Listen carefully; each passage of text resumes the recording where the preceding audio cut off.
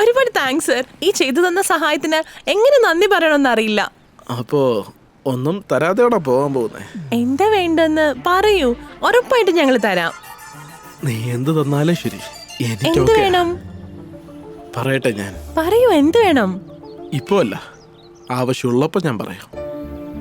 ആ, അപ്പോ എനിക്ക് തരാൻ തോന്നുമ്പോ ഞാൻ തരാം. എപ്പോഴാ തരുന്നേ? ഇപ്പൊ തരാൻ പറ്റുമോ? അതിനിടയ്ക്ക് എന്താ എത്ര ധൃതി? ഞാൻ തരുന്നത് വരെ വെയിറ്റ് ചെയ്യാം.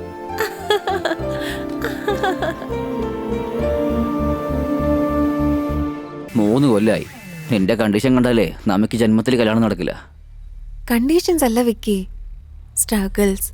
ഞാൻ കാരണം എൻ്റെ അനിയൻ അന്ന് വീട് വിട്ടു പോയത്. അവൻ തിരിച്ചു വരുന്നവരേക്കും ഞാൻ കല്യാണം കഴിക്കത്തില്ലെന്ന് എപ്പോഴോ ഡിസൈഡ് ചെയ്തു. ഒരു പക്ഷെ നിന്റെ അനിയൻ വന്നില്ലെങ്കിലോ? നമുക്ക് എപ്പോഴത്തെ പോലെയും ലവേഴ്സായിട്ട് തന്നെ ഇരിക്കാം.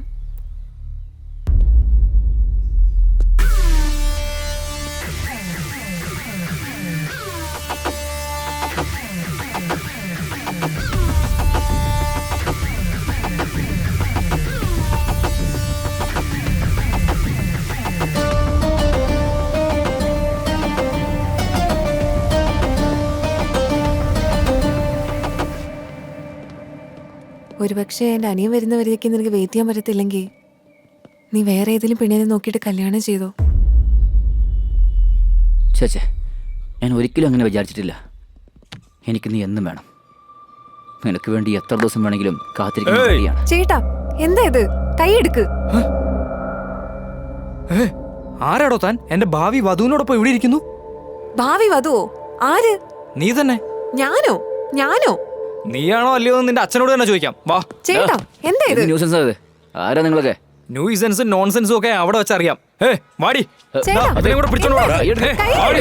ചേട്ടാ, വരാനല്ലേ പറഞ്ഞേ? ദേ, ഇങ്ങോട്ട് കൊണ്ടുവന്നേ.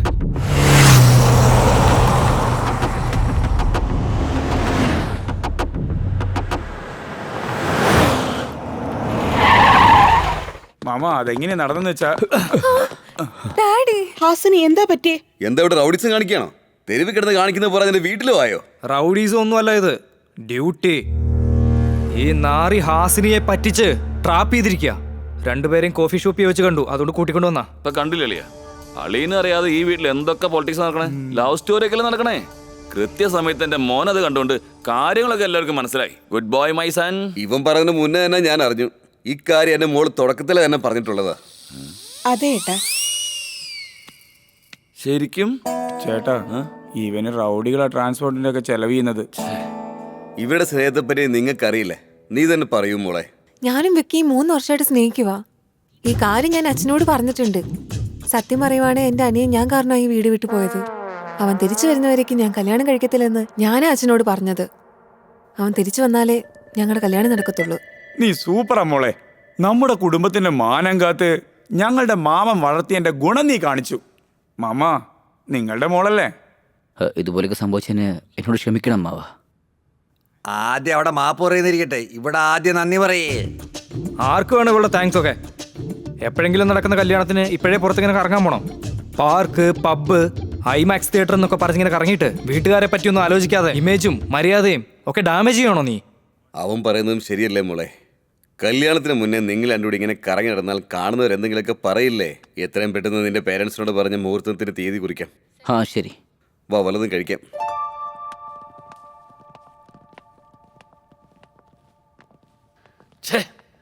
അവര് തമ്മിലുള്ള കല്യാണമൊക്കെ ഉറപ്പിച്ച് നമുക്ക് വലിയൊരു ആപ്പാ നീ വെച്ചത്.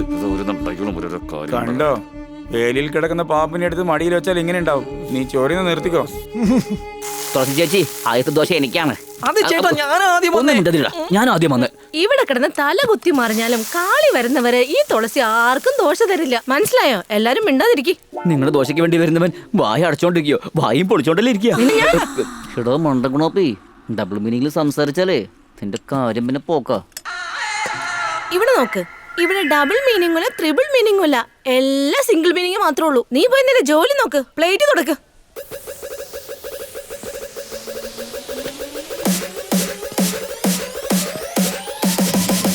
സുഖമല്ലേ?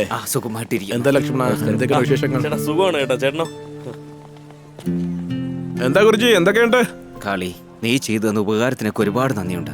കാളി, നീ വന്നതിന് ശേഷം റൗഡികളുടെ പ്രശ്നം പോയി, എല്ലാ പ്രശ്നവും മാറുന്നുണ്ട്. അതെ മോനെ, ഞങ്ങൾക്ക് നീ ദൈവത്തെ പോല. എന്നെ അങ്ങനൊന്നും കാണേണ്ട കാര്യമില്ല. അനാഥയായിട്ട് വന്ന എന്നെ സ്വീകരിച്ച് നിങ്ങളിൽ ഒരാളായിട്ടല്ലേ കാണുന്നേ. നിന്റെ ഈ നല്ല മനസ്സാണ് നിന്നെ ഇത്ര ഉയരത്തിലെത്തിച്ചിരിക്കുന്നത്. ശരി ഗുരുജി. തുളസി ചേച്ചിയുടെ ഹോട്ടലിലെ നമുക്കൊരു ദോശ കഴിച്ചിട്ട് സംസാരിക്കാം. വായോ. ശരി ബാബ. കാളി മോനെ നീ വന്നോ? വാ വാ ഇവിടെ ഇരിക്ക്. ചൂടോടെ ദോശ ശരി ചേച്ചി, ഒരു ദോശ ഇട്ടേ. മതി തേച്ചത്, പ്ലേറ്റ് തേഞ്ഞു പോകും. എന്റെ തലയിലെടുത്ത് എന്റെ ജീവിതം കഷ്ടപ്പാടായല്ലോ. ഏയ് പ്ലേറ്റ് എടുത്ത് തലക്കടിക്കുന്ന മനുഷ്യ. എടോ ഇതൊക്കെ ഒന്ന് നിർത്ത്, നിന്റെ തലയെ പൊട്ടുന്ന മുട്ടയല്ല.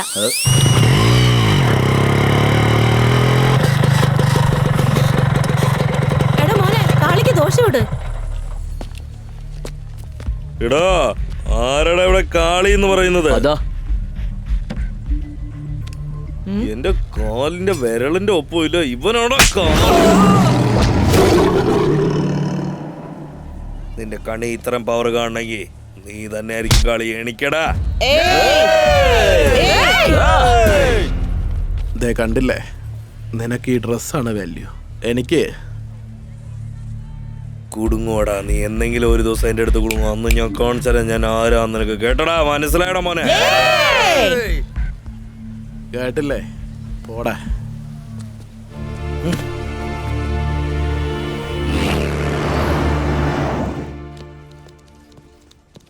എന്താ പെട്ടെന്ന് വരാൻ പറഞ്ഞ് ഫോൺ ചെയ്ത്?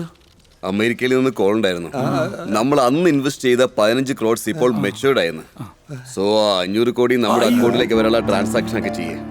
സത്യാണോ? അതെ. ആരുടെ അക്കൗണ്ടിലേക്ക് 500 കോടി അയക്കാൻ പോണേ? അന്ന് ആ കാശ് ഇടുന്ന സമയത്ത് 15 വർഷം കഴിയുമ്പോൾ അവനുണ്ടാകുമോ ഇവനുണ്ടാകുമോ എന്നുള്ള സംശയമൊക്കെ ആയിരുന്നല്ലോ. അതല്ല മാമ, അന്ന് ഞങ്ങൾക്ക് അത്ര മെച്യൂരിറ്റി ഇല്ലായിരുന്നു. ഇപ്പൊ നിങ്ങളുടെ ഉള്ളത് കൊണ്ട് നല്ല മെച്യൂരിറ്റി ആയി. ഇപ്പൊ അതുണ്ടായിരുന്നു. എന്താ ഗ്യാരണ്ടി? എന്താ ചേട്ടാ, നിങ്ങൾ സെക്യൂരിറ്റി ഉള്ളിടത്തോളം കാലം ഞങ്ങൾക്ക് മെച്യൂരിറ്റി വന്നിട്ട് എന്താ കാര്യം? ശരി, പേപ്പേഴ്സ് ഒക്കെ പെട്ടെന്ന് റെഡിയാക്കി. അങ്ങനെയാവട്ടെ.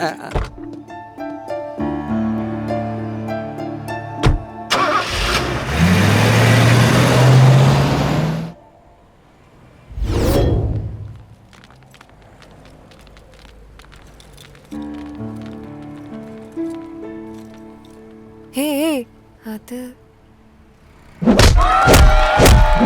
ഇതേതോ സ്ട്രീറ്റ് ഫൈറ്റ് എന്ന് തോന്നുന്നു. പോയി കണ്ടാലോ? നാളെ നോക്കാം. ഇന്ന് സിനിമയ്ക്ക് പോകാം. കം.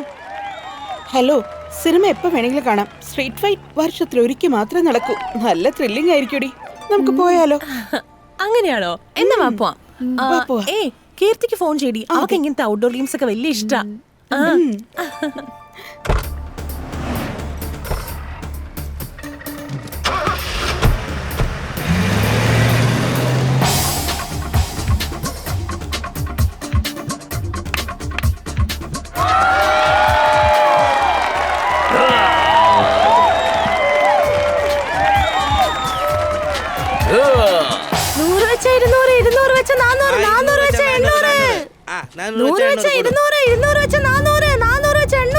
ബെറ്റ് വെക്കുന്നുണ്ടോ? ബെറ്റ് വാടാ.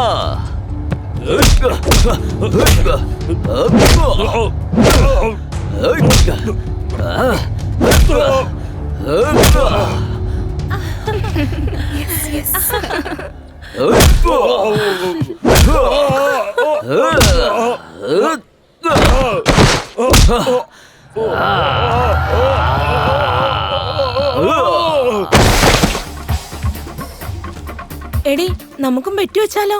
ഓ യെസ്, ഞാൻ ലാൽപേട്ടയ്ക്ക് ബെറ്റ് വെക്കുന്നു. നിങ്ങൾ ധൂൽപേട്ടയ്ക്ക് മേലെ വെക്കാം.